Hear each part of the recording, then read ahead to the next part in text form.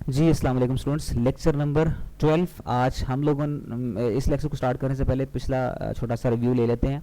हमने कहा था ये हमारे प्रोग्राम का बेसिक स्ट्रक्चर है और हमने कहा था इसके तीन हिस्से होते हैं। पहला प्री प्रोसेसर डायरेक्टिव्स, जो कि हमारी इंस्ट्रक्शंस हैं कंपाइलर को कि हमने ये वाली लाइब्रेरी जो है वो ऐड करनी है अपने प्रोग्राम के अंदर ताकि वो उसको ऐड करे।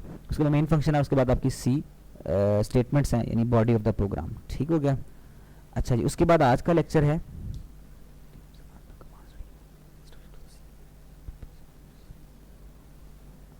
वो है दोबारा से वही प्री प्रोसेसर डायरेक्टिव्स के मतलब एक्सप्लेन किया हुआ है उसने। अच्छा जी, pre processor directive is an instruction given to the compiler before the execution of the actual program.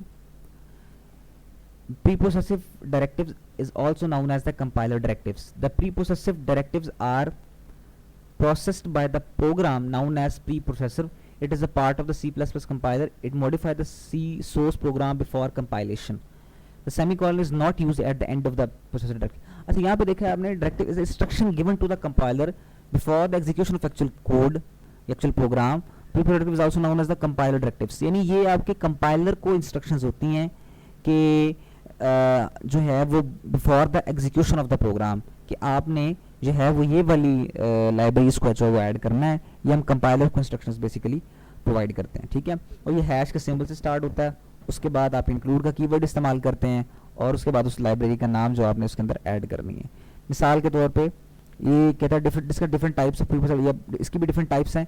पहली है इंक्लूड प्री प्रोसेसर डायरेक्टिव्स। अभी हमने पीछे पढ़ी है, the include pre processor directive is used to is enables a program to access a library. ये आपकी जो है वो लाइब्रेरी को ऐड करने के लिए इस्तेमाल होती है। ठीक है, each library contains a different header file. अब हेडर फाइल ये जो आपकी stdio.h है या math.h है, इस तरह की पता नहीं कितनी लाइब्रेरी हेडर फाइल्स होंगी, तो इनको हम ऐड करने के लिए इसको यूज़ करते हैं। तो जिसकी हमें ज़रूरत हो हम शुरू में हैश और फिर इंक्लूड मतलब शामिल करो ये वाली लाइब्रेरी फाइल, उसका नाम लिख देते हैं। The include pre processor directive is use to include the header file in the program. यानी यानी इसके कई टाइप्स हैं। पहली टाइप है इंक्लूड प्री प्रोसेसर डायरेक्टिव, जो कि आपकी हेडर फाइल्स को शामिल करने के लिए इस्तेमाल होती है। उसका सिंटैक्स क्या है, हैश इंक्लूड का कीवर्ड, उसके बाद आपकी लाइब्रेरी का फाइल का नाम जिसको आप ऐड करना चाह रहे हैं। ठीक हो गया। उसके बाद दूसरी, the include directive tells the compiler where to find the meanings of the standard identifier such as printf। यानी ये बताएगा कि अब include directive tells the compiler, यानी कंपाइलर को इंस्ट्रक्शंस होती है ना कि उसने वो चीज़ जाके कहाँ तलाश करनी है। तो मिसाल के तौर पे printf का फंक्शन है, scanf का फंक्शन आप इस्तेमाल करेंगे तो ये कंपाइलर को इंस्ट्रक्शंस देता है by using the include pre progressive directive कि आपने इस printf का मीनिंग या जो चीज़ है वो कहाँ पर डिफाइंड है। अब वो stdio.h के अंदर है तो कंपाइलर वहाँ पर जाकर उस हेडर फाइल के अंदर जाकर इस printf के फंक्शन को तलाश करेगा। इसलिए हम कहते हैं कि ये जो आपकी प्री प्रोसेसिव डायरेक्टिव्स हैं बेसिकली ये कंपाइलर को इंस्ट्रक्शंस हैं कि कंपाइलर ने क्या करना है, किस इस फंक्शन का मीनिंग या इस फंक्शन को का जो पूरा है इंटरनल लॉजिक वो कहाँ पर डिफाइंड है, किस फाइल के अंदर है। The meaning are describe in the standard header file.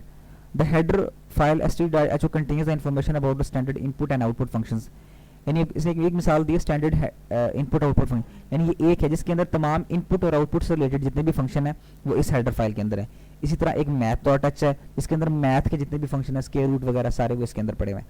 तो इस तरह से हर हेडर फाइल को जो भी हमारे फंक्शंस होते हैं हम उनको कंबाइन करके एक फाइल में रख देते हैं, उसको हम बोलते हैं हेडर फाइल। लेकिन वो फंक्शंस आपस में रिलेटेड होते हैं और फिर उस हेडर फाइल को हम अपने प्रोग्राम के अंदर शामिल कर लेते हैं। टॉप ऑफ द प्रोग्राम सबसे पहले हम उसको हेडर फाइल्स को ऐड करते हैं। जिस चीज़ की हमें ज़रूरत होती है हम उसको इंक्लूड प्री प्रोसेसिव डायरेक्टिव्स के तहत हम शामिल कर लेते हैं। दूसरा है defined pre processive. The defined directive is use to define the constant. ये कांस्टेंट को डिफाइन करने के लिए इस्तेमाल होता है। इसका सेंटेंस कुछ यूँ है, आप हैश लिखते हैं उसके बाद डिफाइन का कीवर्ड, पीछे क्या था इंक्लूड, लेकिन यहाँ पर डिफाइंड है। उसके बाद आपके जो कांस्टेंट उसका नाम, मिसाल के तौर पे नीचे से वैल्यू दी होगी कि हैश डिफाइन पाई, यानी उस वेरिएबल का नाम, उस कांस्टेंट का नाम और उसकी वैल्यू। ठीक है, तो ये इस तरह का आपका सिंटैक्स होता है। इसका मकसद क्या होता है, बेसिकली आप देखते हैं कि देखेंगे हम प्रोग्राम के अंदर वेरिएबल्स बनाते हैं जब कुछ भी या इस तरह की चीज़ें, तो उनकी वैल्यूज जो है ना वो ओवरराइट हो जाती हैं। मिसाल के तौर पे आपने एक वेरिएबल की वैल्यू स्टार्ट रखी थी 5 और वो प्रोग्राम के दरमियान में या एंड पर उसकी वैल्यू पता नहीं 20 दफ़ा तब्दील हुई होगी, लेकिन कांस्टेंट का आपको पता है मैथ के अंदर भी यही यूज़ है कि जिसकी वैल्यूज़ हमेशा एक ही रहती हैं, जब चेंज नहीं होती।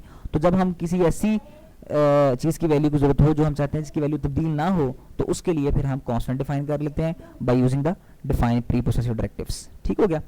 तो इसका मैंने आपको बता दिया सिंटैक्स भी, पहले हैश फिर डिफाइन, यानी आप डिफाइन का कीवर्ड इस्तेमाल करते हैं, उसके बाद आइडेंटिफायर लिखा हुआ है।